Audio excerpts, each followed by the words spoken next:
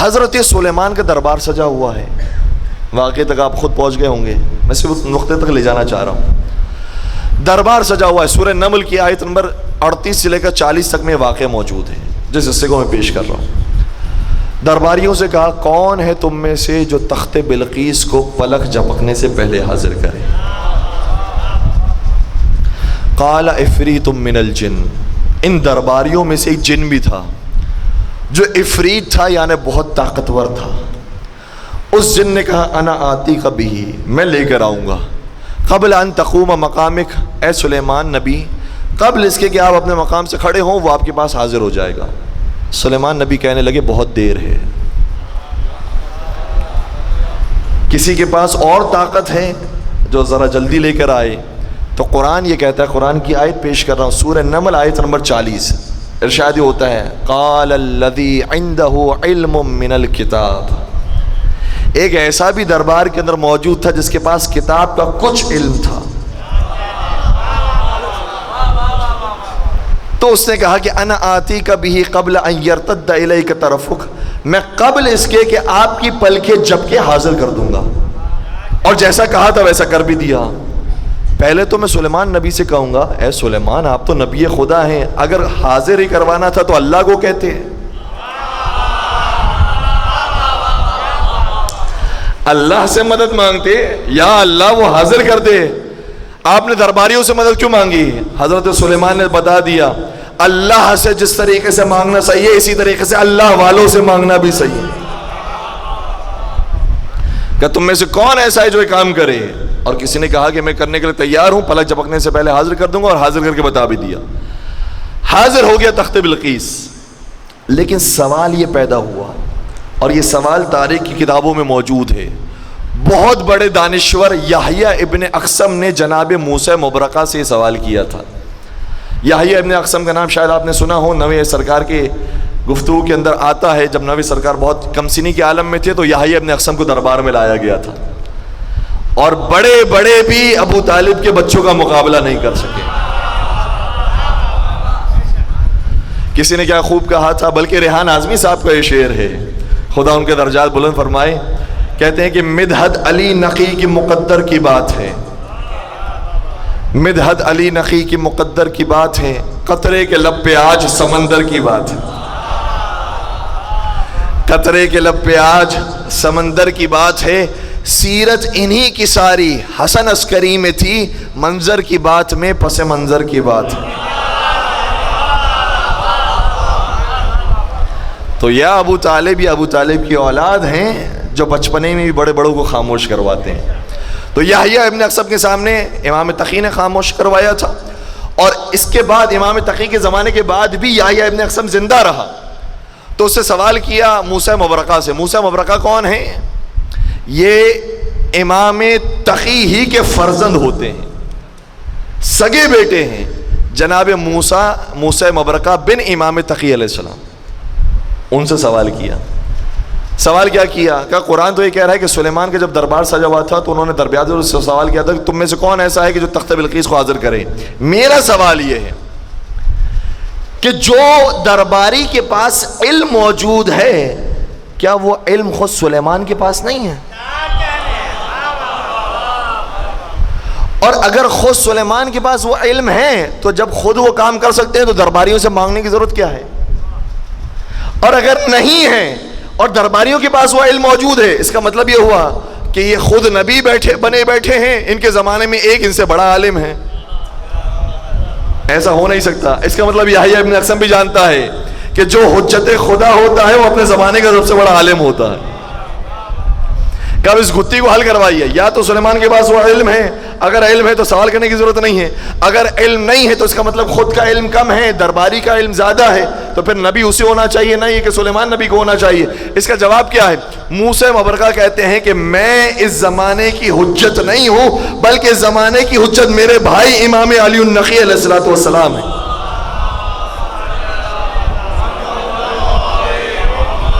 اور یہی فرق ہے یوسف کے بھائیوں میں, امام اور امام علی نقی کے بھائی میں. وہ یوسف کے بھائی تھے جو کہتے تھے کہ جو مقام یوسف کو ملا ہے وہ ہمیں مل جائے, اور یہ موسیٰ مبرقہ ہے جو جانتے ہیں کہ جو مجھے عہدہ نہیں ملا ہے مجھے اسی پر راضی رہنا ہے، جو میرے بھائی کو عہدہ ملا ہے وہ مجھے اسی کی اطاعت کرنی ہے۔ اپنے بھائی امام علی نقی علیہ السلام کو خط لکھا، امام نقی علیہ السلام کا جواب آیا، فرمایا امام علی نقی علیہ السلام نے کہ سلیمان نبی کا علم زیادہ تھا اور وہ جانتے تھے کہ کس طریقے سے تخت بلقیس کو پلک جھپکنے سے پہلے حاضر کریں۔ تب یہ سوال پیدا ہوا کہ پھر کیوں انہوں نے درباریوں سے سوال کیا؟ کیا اس کا جواب یہ ہے کہ درباریوں سے یہ سوال اس لیے کیا تاکہ درباری بھی جان لیں کہ میرے علم رکھنے کے بعد جو سب سے زیادہ علم رکھتا ہے وہ تم میں سے کون ہے، میرے بعد تم سب میں سب سے بڑا عالم کون ہے، تاکہ درباری جان لے، کوئی اس غلط فہمی میں نہ رہے کہ سلیمان کے بعد میں سب سے بڑا تھا، سلیمان کے بعد میں حقدار تھا، مجھے عہدہ ملنا چاہیے، مجھے خلافت ملنی چاہیے۔ درباریوں کو سب کو سمجھ میں آ جائے میرے چلے جانے کے بعد سب سے بڑا عالم آصف بن برخیہ ہے، اس لیے سوال کیا، اس لیے آصف بن برخیہ کو آگے بھیجا، اس لیے آصف بن برخیہ کو کہا کہ تخت بلقیس کو لے کر آئے۔ اب ہمیں سمجھ میں آیا کہ نبی ہر جنگ میں علی کو آگے کیوں بھیجتے تھے۔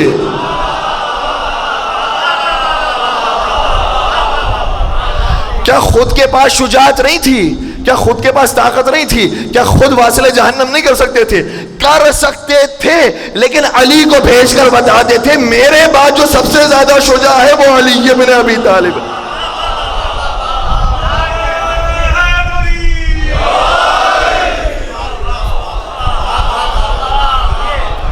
تاکہ کوئی نبی کے بعد نہ کہے کہ میں سب سے بڑا شجاع تھا۔